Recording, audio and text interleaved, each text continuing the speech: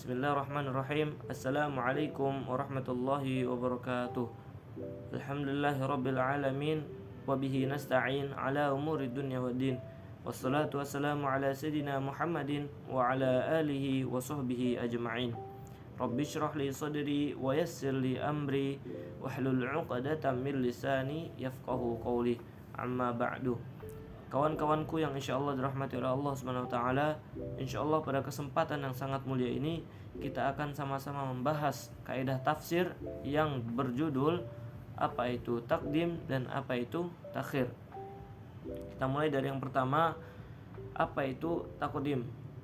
Takdim diambil dari kata qaddama yang memiliki arti mendahului. Namun takdim sendiri mengenai perubahan wazan. Apa itu perubahan wazan? Adalah menambahkan satu huruf kepada ain fiilnya, kemudian mentasdidkannya. Nah, karena sebab wazan itu, akhirnya transformasi maknanya yang awalnya mendahului menjadi mendahulukan. Sedangkan takhir diambil dari kata akhoro. Akhoro sendiri antonim dari takdim. Nah, kata ini juga mengenai perubahan wazan. Apa itu perubahan wazan? Perubahan wazan adalah menambahkan satu huruf pada ain fiilnya, kemudian dibaca dengan tasydid. Nah, akhara karena terkena wazan menjadi artinya penundaan. Nah, takdim dan takhir berasal dari kata kerja yang dibendahkan atau biasa dibilang masdar.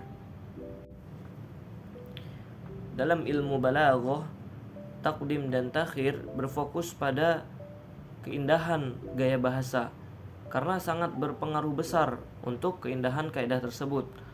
Nah, takdim dan takhir pada kaidah ini bisa diartikan sebagai mendahulukan dan mengakhirkan suatu lafaz, atau bisa juga memposisikan suatu lafaz sebelumnya pada posisi yang aslinya, dan bisa juga memperlihatkan suatu lafaz pada kekhususan lafaz tersebut.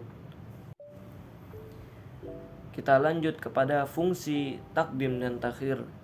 Yang pertama adalah menghindari kesalahpahaman. Dijelaskan pada surat Al-Ghafir ayat 28 yang berbunyi, A'udzu billahi minasyaitonir rajim. Bismillahirrahmanirrahim.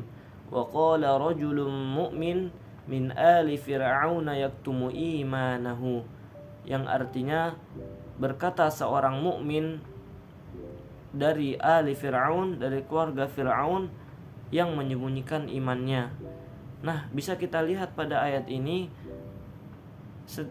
semisal kata ali Fir'aun atau keluarga Fir'aun ditaruh sebelum kata yaktumu imanahu, maka bisa saja seorang yang awam memahami ayat ini, ali Fir'aun dari keluarga Fir'aun itu hanya menyembunyikan imannya kepada keluarganya saja. Sedangkan yang dimaksud dari ayat ini, keluarga Fir'aun menyembunyikan imannya kepada siapapun. Yang kedua, memiliki makna khusus. Dijelaskan pada surat Al-Fatihah ayat 5, A'udzu billahi minasyaitonir rajim, Iyyaka na'budu wa iyyaka nasta'in. Yang artinya, hanya kepadamu kami menyembah atau beribadah, dan hanya kepadamulah kami memohon pertolongan. Nah, jika ayat ini diartikan tanpa memerhatikan objeknya atau hanya pengetahuan kata demi kata saja, maka bisa saja orang mengartikan ayat ini, kepadamu aku menyembah dan kepadamu aku memohon pertolongan. Jadi tanpa ada kata khusus di situ. Sedangkan yang dimaksud dari ayat ini adalah hanya. Jadi hanya ini tanda khusus di situ. Jadi yang arti sebenarnya adalah hanya kepadamu kami menyembah dan hanya kepadamulah kami memohon pertolongan. Yang ketiga, fungsi dari takdim dan takhir, yakni mengundang rasa takut. Dijelaskan pada surat At-Takwir ayat 12 yang berbunyi, a'udzubillahi minasyaitonir rajim, wa idzal jahimu su'irat, yang artinya dan apabila neraka jahim dinyalakan. Nah, karena di situ ada kata neraka, maka ayat ini mengundang rasa takut untuk kita. Selanjutnya yang keempat, fungsi dari takdim dan takhir yaitu mengundang rasa rindu. Dijelaskan pada surat At-Takwir ayat 13 yang berbunyi a'udzubillahi minasyaitonirrajim wa idzal jannatu uzlifat, yang artinya dan apabila surga itu didekatkan.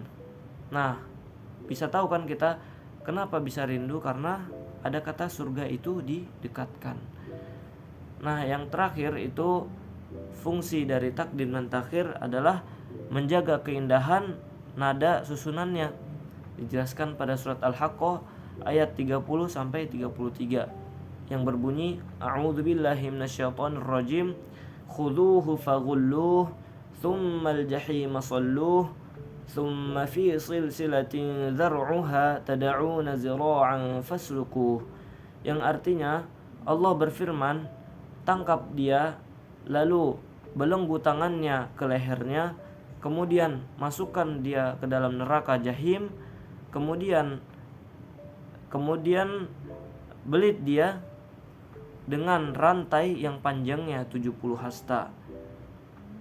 Al-haqqu min rabbik fatakunanna minal mumtarin. Cukup sekian dari saya. Billahi taufik wal hidayah. Wassalamualaikum warahmatullahi wabarakatuh.